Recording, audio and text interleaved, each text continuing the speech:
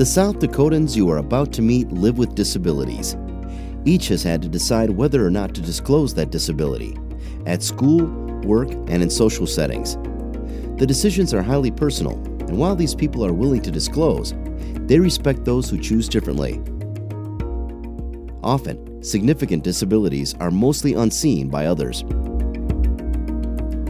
During high school, I've noticed I'll be taking a quiz and I'll go back and just review after I'm done, make sure everything's lined up, and I'll circle B, but I put D in the answer line and it's not right. Or I noticed during math, I have no idea, they look nothing alike, but I'd always write 5 instead of 7. So I would always get my math problems wrong because I would write 7. Well, my disability is actually a cerebral palsy.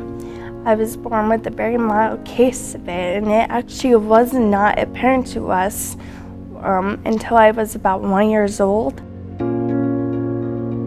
I forget about it every day. It's not the first thing I tell people when I meet them.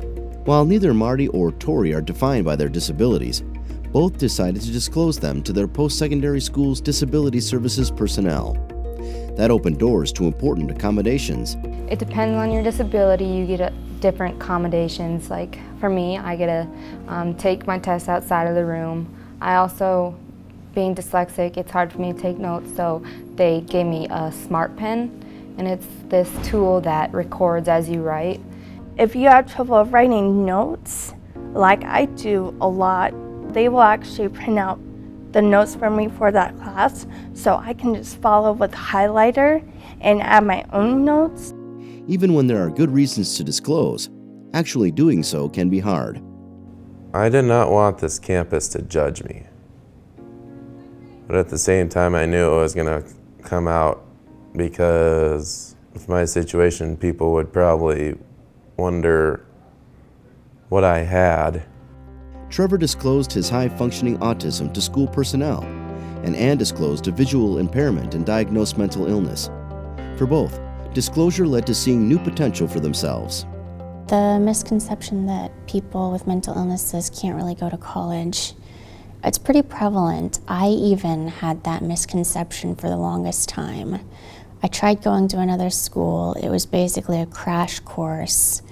This time, the revelation hit me that I can go part-time, so I'm coping okay with going part-time and the stresses with that. They set up tests and quizzes where I had extra time and I can take it in another room if I feel the noise, and the pressure was getting to me and inhibiting my test-taking skills. James's story is different. He was once well into a career as an offshore seismologist, a career cut short by a serious injury followed by a pulmonary embolism. Vocational rehabilitation was ready to help him retrain as a teacher. Before he could jump into college coursework, though, James had to disclose a serious reading disability. It's one of those things that you have to think about, and you have to be pretty comfortable in your own skin to do it. It's not something that, it didn't come easy. After college, qualified to teach computer-aided drafting, James had to decide whether to disclose his disability to potential employers. It's got to be your choice, but it's better to be honest and upfront. And if you get that job, they hire you with this disability, then run with it. Show them that this is not going to stop you. James got his teaching job, and Tori, Trevor, Marty, and Ann are confident there are rewarding jobs awaiting them too.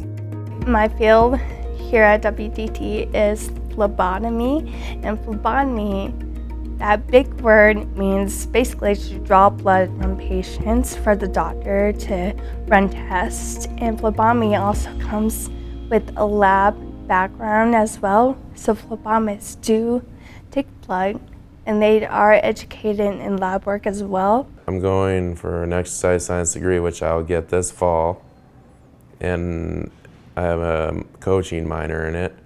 And I think I'll go somewhere where I'm working with athletes or the general healthy public. Marty will be an elementary teacher, and she can think of ways her disability will make her a better teacher. In the future, when I'm a teacher, it'll be easy for me to pick out those kids. Like, looking at their homework, I'll be able to tell, hey, this kid wrote his 5 backwards, this kid wrote a D instead of a B. So I'll be able to, okay, that kid has dyslexia, we can work on that. Anne is studying for a career in physics research. While she may not decide to disclose every aspect of her disability to coworkers, if we're working severely long hours, I will need to disclose that, hey, I need a break, I don't function well on enough sleep. Keith is Assistant Dean for Student Development at Dakota State University and is also the school's Americans with Disabilities Act coordinator. He is also blind. Keith offers his suggestion for disclosure in a professional setting where employment discrimination due to disabilities is against the law. Here is the way I think it should be brought up if you don't have an obvious disability. You know, I would like for you to know that I do have a reading disability. However, I have always been able to succeed in areas where reading is important. I use a screen reading program. I use a program that reads out loud to me and highlights what's on the screen, and that helps me. And you can state at that point whether you would need the employer to look into providing that or whether you already have it. A lot of times if you work with Voc Rehab, you have the program and you can just take it right to the job with you. I've always brought it up in the first interview because I want to level with the employer just as I expect them to level with me. Still, Keith stresses, disclosure isn't necessarily right for everyone. If you're in a situation where your disability is not going to affect your work performance in any way, then you don't have to disclose it at all. For example, if you've got a disability that's controlled under medication and you're just going to be doing a job that will not need any accommodations whatsoever, then it's completely a choice of whether you disclose that disability or not. Anne knows that disclosing in college kicked her career preparation into high gear and changed her view of life. Legally, I am disabled because of my mental illness. I'm on disability. So that was heartbreaking to go on disability. It really took me down a few notches, but to be able to pursue a career and have a plan to get off disability and everything is really helping, and having a purpose in what I'm doing, it really helps me. Just a generation ago, people with disabilities often felt alone in school and work settings. No longer. Enough people have disclosed so that a true community of support exists. Think positive, don't be afraid to ask for help, and sooner or later you'll find your niche. Don't be scared. Don't let anyone tell you you can't, because you can.